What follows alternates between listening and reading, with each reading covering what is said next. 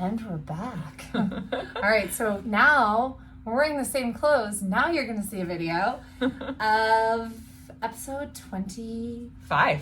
Holy moly, 25. Okay. All right.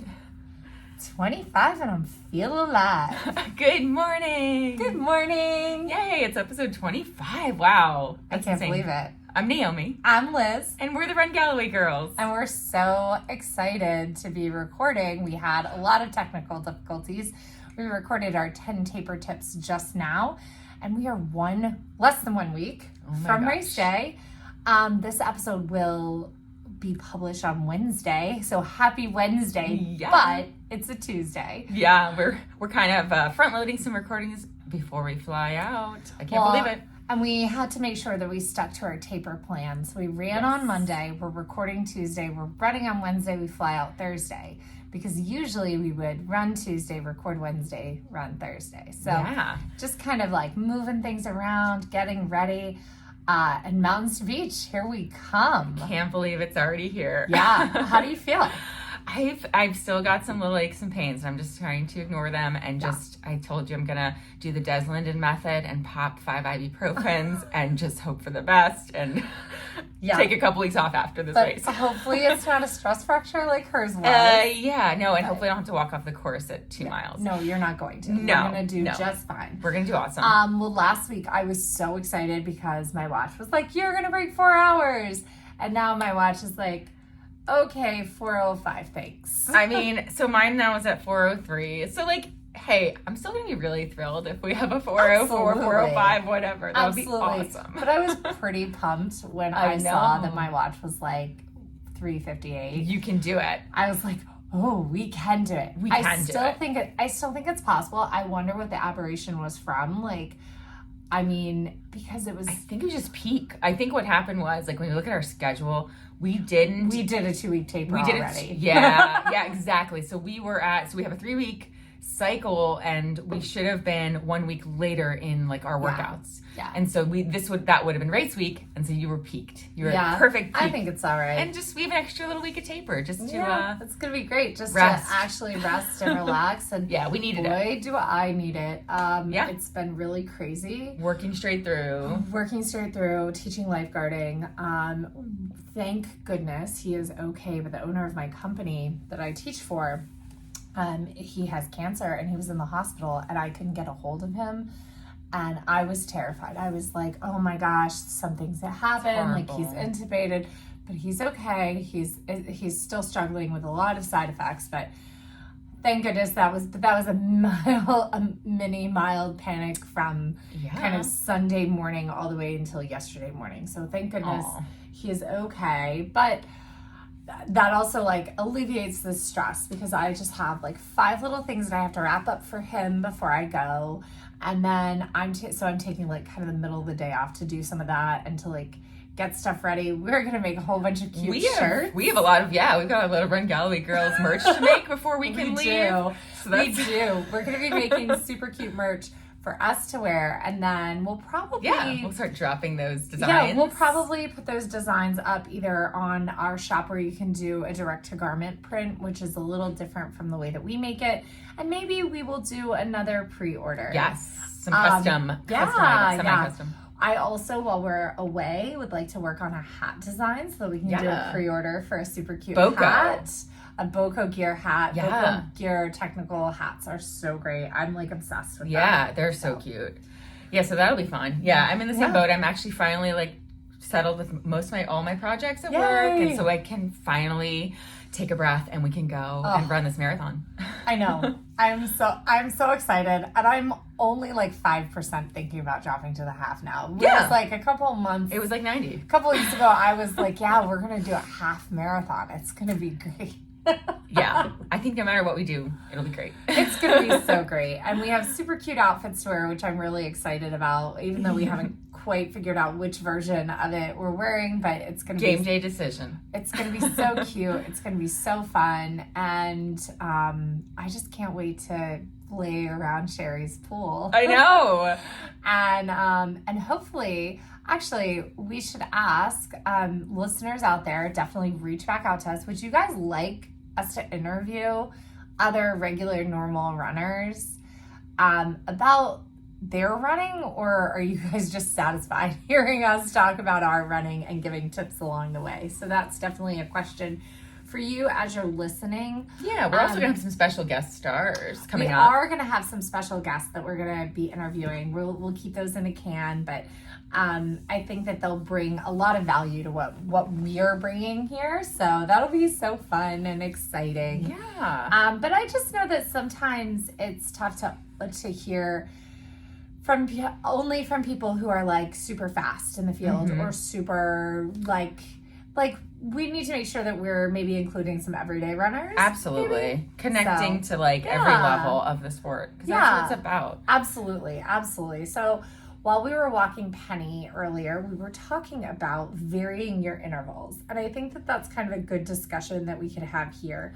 We gave the advice last week, 2 weeks ago, about taking 3 minutes to get faster, and those 3 minutes would actually be 6 30-second strides with 2 minutes of recovery. Using a workout like that, or Jeff's cadence drills, he's talking about, he spoke on his podcast a while back, which Naomi just found, listened, and then sent to me.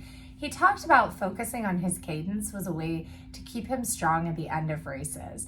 So the cadence drills, the acceleration glider drills, and then using those 30-second strides, those are ways that you're going to improve your turnover and foot speed, which are going to make you faster long term.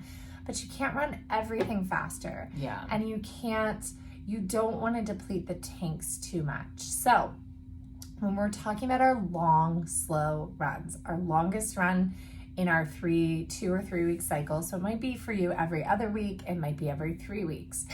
Those ones, you've got to slow way down on. The way to do that is to chop your interval. 30-30s, 15-30s, where you're doing 30 or 15 seconds of running and 30 seconds of walking. You will feel like you're out there forever, but you will also feel like you have so much energy at the end, which is so exciting. You'll know that you can keep going, that you can go farther. Yeah. You say, wow, I could have done another hour of this. Yeah. And that's such a powerful, like, empowering feeling to have, to not be spent at the end of your long run. And it's a great way to practice your fueling strategy, because at those slower paces, you're less likely to get super bad gut bombs. So you can kind of gut train at that same time, because that's what we're really trying to do. If nutrition is making you not feel well, chances are you have a history of being underfueled, and that history of being underfueled has led your body to not knowing what to do with fuel.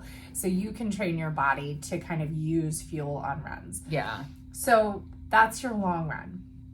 Your weekday runs, whether or not you're doing a prescribed speed session or not, that's where you're going to put those strides. That's where you're going to vary your intervals. Nice easy mile. Then you can do, using that 15-30 or 30-30 for that first mile, that first 10 minutes. Then you can go into those intervals that you prefer to run, the 90-30s, the 2 and 30s.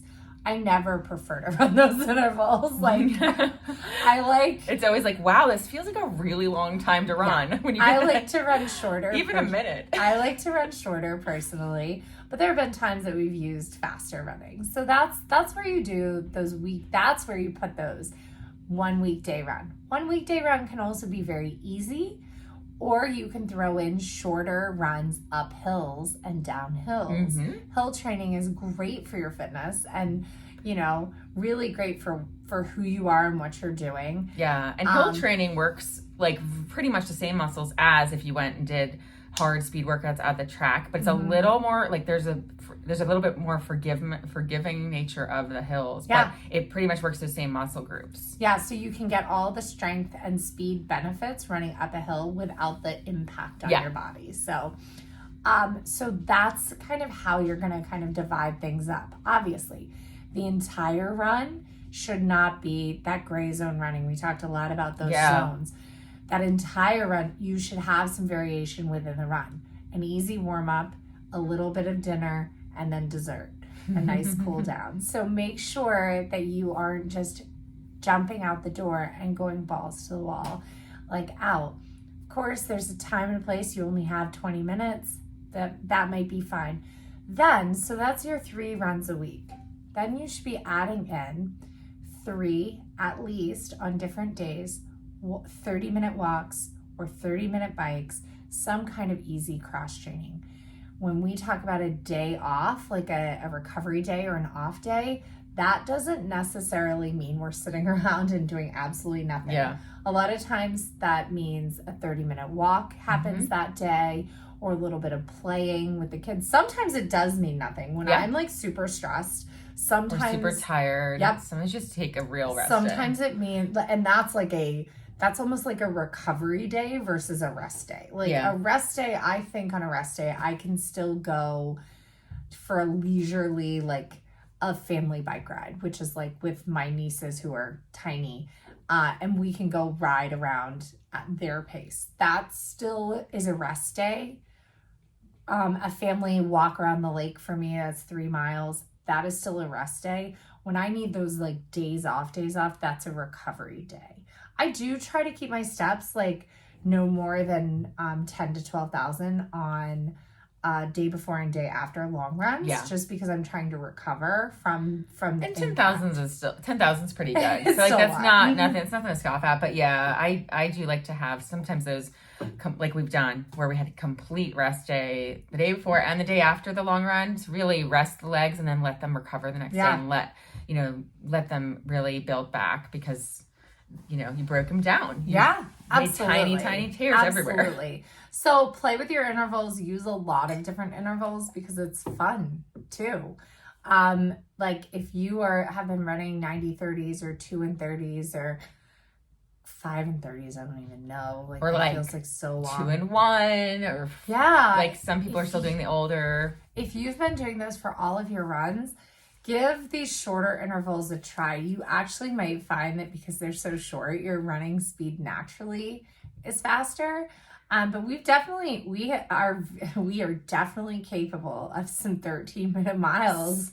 So with 15:30s, that's what we've been warming up with recently. But we've also found out we're capable of like 9:50s with 15:30s. Yeah. So and we saw that sometimes you speed up with the shorter ones with my daughter last week. We did her, so as Girls on the Run practice 5K, they do the distance before the distance. Actually, they did over distance. They did 3.4 miles. They believe in the Galloway method, That's apparently. Right. And we started with, she has them preset on her watch and it's 30-30. So we started with her watch at 30-30s and then Liz was like, why don't we switch it down to 15-30s? Yeah.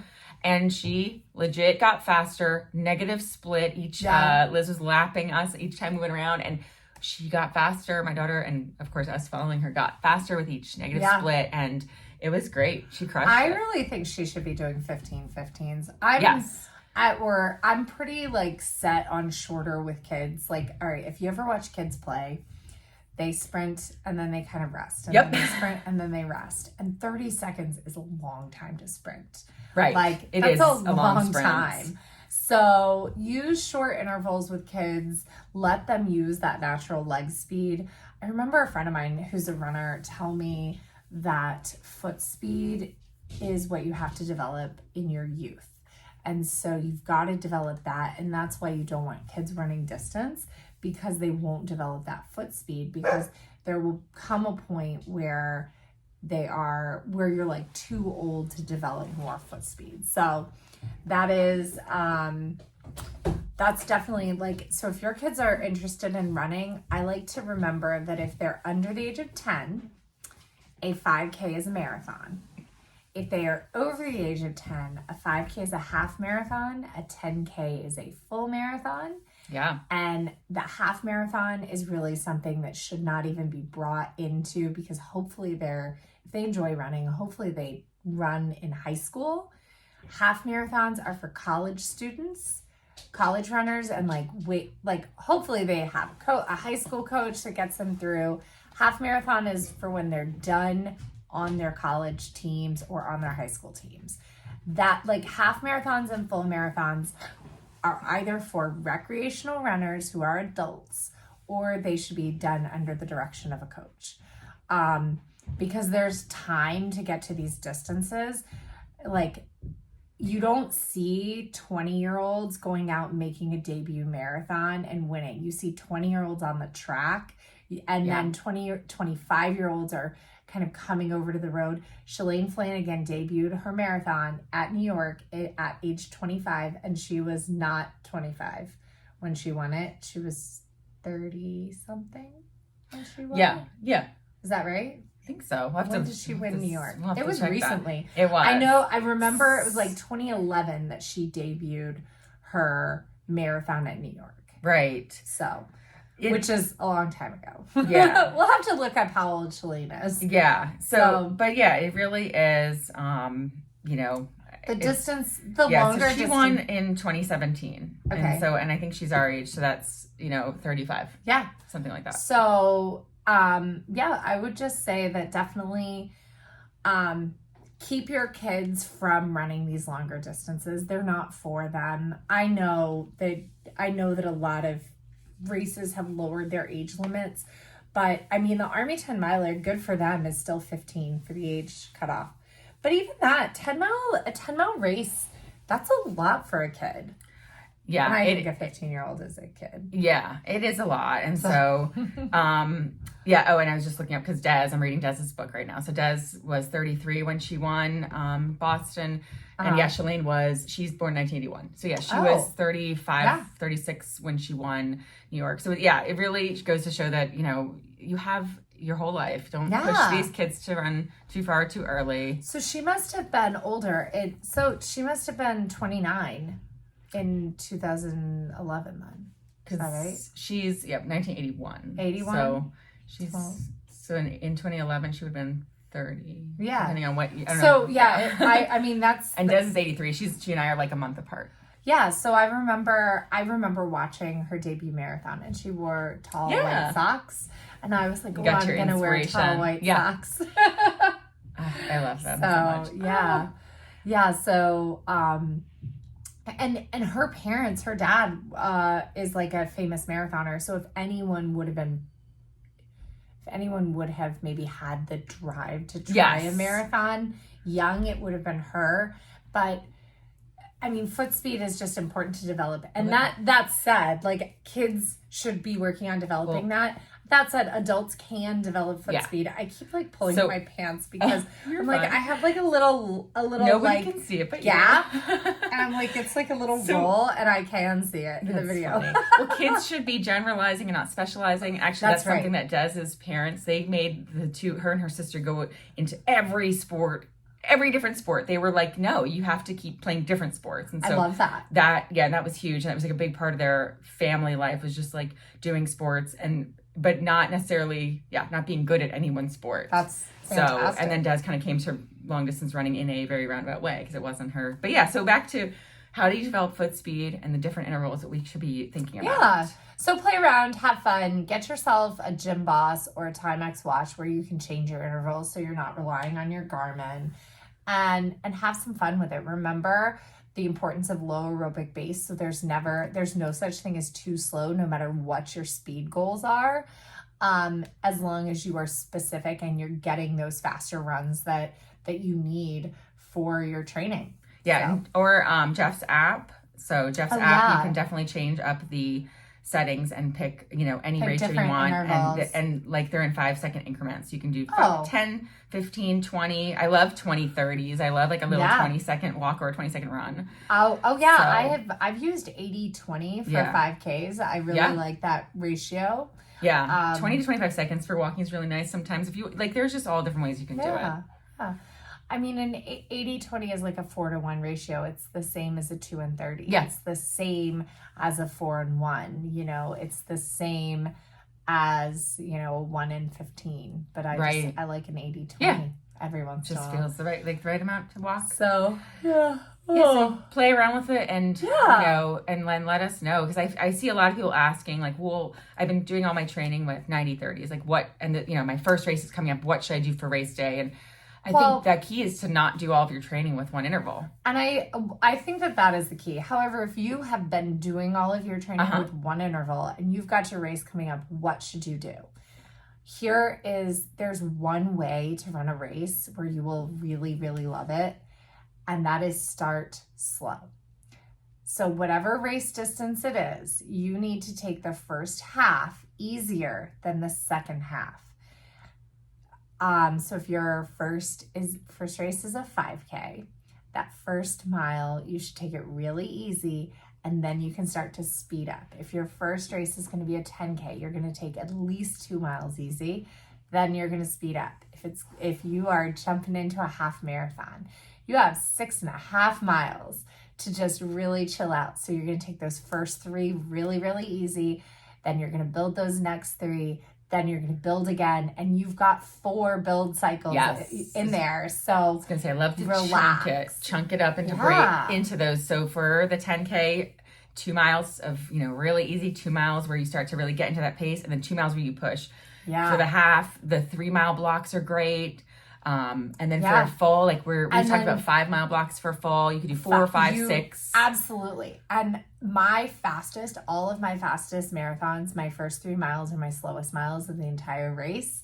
So that is, especially when you average them, because I did have one where like I kind of went out a little quick and then literally stood still because I was running to the porta potty on the race course. So, but the first 3 miles of those races were, of my fastest marathons, were my slowest miles. And in some cases were slower than like average than the next marathons. So just relax. You have nothing but time in a marathon. The advice, and I'm working on pace plans for us and for Sarah and for Erin. The advice that Jeff gives and that I give for this marathon is take it out really slow. Plan the entire time that your second half is going to be faster. If at any point it feels like you are going to fade, you are too fast in that moment, and you can recover, but it's a lot harder. So definitely, I mean, there's certainly, you can kind of fix things. If you do make a little mistake, it's not all is lost, but definitely just take it easy at the beginning and you're going to feel so much better at the end. It's a lot more fun. So I like to say that there is only one way to run a marathon, and that is to negative split it. And that's kind of a mantra, like relax. You cannot go too slow right now at the beginning, that sort of thing, if that makes sense. Yeah. No, that's Jeff's biggest thing. And he's proven it like time and again, where he has started out way slower than the field. Yeah. Let everybody run by you at the beginning. Don't worry about it. Yeah. You will catch them at the end. You know what's funny? Actually, Lila, Naomi's daughter, stopped when she saw us during the run. She's like, I want you to run with us. Come run with me. No joke, we were at the back of the pack. Ran ahead of her. Yeah. Every single person ran ahead, and we did not finish last. Oh, no. We finished way before a lot of the kids. Multiple people. We stopped, because we went to the intervals right away, and the other kids weren't doing that. Of course, they're walking a lot later on. And so, it was, because it was 8 laps around, and by lap 4 or 5, most kids were just walking, and we were still carrying on with our perfect 15:30s, and just I was feeding her caffeinated sport beans. Yep, we were just like carrying her bottle, taking care of her. We were like the support team. It was so fun. It was so fun. So, I really want her to run some 5Ks with us. We're gonna make her. It's so fun. Triple F. And then forced family fun. Forced family fun. That's from my family, and I love it. It's I really love it because it's not a choice. It's like you're not giving your kids a choice. You're just saying this is what the family's doing, and it's gonna be fun. Okay, what else do you do? You're doing it either way, so you might as well enjoy it. Yeah. But there's always treats and stuff at the end. Oh yeah. I think it'll be so fun, especially any stroller friendly 5Ks. Yeah. Jay can be in the stroller, and then he can run little kids' pace. Yes, we'll get him out there running. He wants to. So I know he'd probably run a 5K right now. Probably. Oh my gosh, he's the cutest. He's the cutest. So so marathon coming up.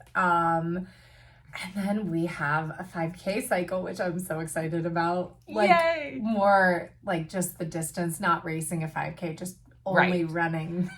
training for a 5K. Just sounds amazing right now. Yeah. So Yeah. it's gonna be great. I'm pretty pumped about it. I'm pretty excited to do some shorter running. I'm pretty excited to spend some more time on the bike. I like have, because of taper, cut out the bike, trying to just relax and follow our 10 taper tips that we just published. Yeah. And feel rested rather than like, you know, feel antsy. That's okay. Yeah. Feel a little pent up energy. That's great. Yeah, and the pools are opening, so there's gonna be a lot of swimming happening, so that'll be good too. And yeah, it'll be crazy. Oh, if anybody has any tips or things that we should do when we are in California, our plan right now is we're gonna fly in and then we're gonna take our time and drive up the PCH, the Pacific Coast Highway, and we're gonna stop in Santa Monica because I want to go to the Santa Monica Pier. We wanted to do that last time and then we didn't. See this? Shouldn't we get roller skates and skate on? No, just kidding. Because we shouldn't do anything crazy. We should do that like on the way back. On the way back, though. I did. That would be fun. If we ran the half, we could go hike to the Hollywood I know. side. We might still be able to do that. Or like, there's all those hiking trails in LA that like people post pictures. Yeah. But I don't know. Maybe another time. Another year. Yeah. But we've got. Now I want to go roller skating. No, Sounds but so fun. I want to go. I want to go to the Santa Monica Pier. And then the Gooder store. That's like the Mecca for us. It's like another place that I like really want to go. And then I think we drove through Malibu last time, but we didn't really stop. So I don't know. We'll just have to like drive around and like see. Yeah. We just need a little sightseeing. Yeah. And we're going to do some sightseeing on the back end too. Yeah. Before we leave, we're going to go see. We're going to Hollywood. Go to Hollywood. Go to the Hollywood Bowl or I'm concert. So I know. It's going to be so great. So it's going to be really fun. So, yeah. Oh my gosh. I can't believe that it's this week too. We still have to pack. We still have to do all this stuff. I know. We still have to make all our shirts. I know. I still feel like I need to run though too, that's a good feeling. But don't remember that tip. Yeah. When you want to run, sleep. I know. Yesterday so here's something I should not have done during taper because I was actually pretty sore from it. I'm feeling much better now, but I built a barn. One of those like little kid playhouse barns. So but cute. It's taller than I am. Oh, that's cool. So everyone can get in it. So I can stand, like I have to crouch to get through the door, but I can stand up in it. How fun is that? It's pretty cool. That's awesome. But I built the whole thing myself. Yeah, that's the kind of thing I do. And then because I'm just like stubborn, and I'm just like, it says you need 2 to 3 people. I can totally do this myself. When the instructions say 2 to 3 people, I'm like, I will do this myself. Challenge accepted. Yeah, exactly. No, that's so bad. I hope. Yeah, hopefully it was early enough in the week. You won't be sore. Oh, I'm not sore. Yeah, you'll be fine. I'm not. I was really sore though. Yeah. I think it was from carrying the boxes out to like my little building station. And then yesterday, like finishing it was very, very simple. So that's awesome. That's so fun. Yeah, I only have 2 little plastic playhouses to build today, and so they'll be pretty easy. Do you know, that is actually something, it's funny. So I could probably get parent volunteers to do these jobs. Sure. Because parents love to volunteer. But those aren't the jobs I want them to volunteer doing because I like building playhouses. It's like grown-up life-size Legos. It really is. And it's true. I freaking love having a power drill. Like, it's awesome. I feel like, I'm like, man, should I like start a construction company? No, I'd be horrible at it. Because like, I just play with power tools all day. Right. Like even the barn, like I put it together and I'm putting the trim on and the trim isn't like perfectly matched. Yeah. I'm like, good enough. I know. I like felt a little, I'm like, oh, I should have done a little bit better of a job like matching it before, but whatever. I don't even care. The kids won't care. The kids won't care. The kids were like, Miss Liz, you did such a beautiful job on this. And even if you had messed up, I would still love you anyway. Aww. Like, oh my gosh. My kids are the greatest at school. So this is going to be one of our shortest episodes ever, I think, because we're running into me having to be at work and you having to get home for Scott. Get the kids out the door. No. But it's gonna our record some 25th more. episode. It is number 25, and we're going to be recording some in Cali. So yes, I think just- we have 2 or 3 scheduled to be recorded in We'll Cali. be throwing some more content at you. Hopefully, we won't have any Technical difficulties. Oh my gosh. This morning. Yeah, it was an hour of trying to get our mics to work. So, oh my gosh. Well, Oh my goodness. yeah, but we'll be next time we talk to you guys, we'll be in Cali. So Maybe we'll or record maybe before we'll that. maybe not. Yeah, that's Yeah. true. We still have to make shirts. We can always record a shirt making session. Oh, there you go. Record while we make shirts. There we go. All right. All Well, right. we'll see you guys soon. And enjoy your running. this Happy week. running. Bye. Bye.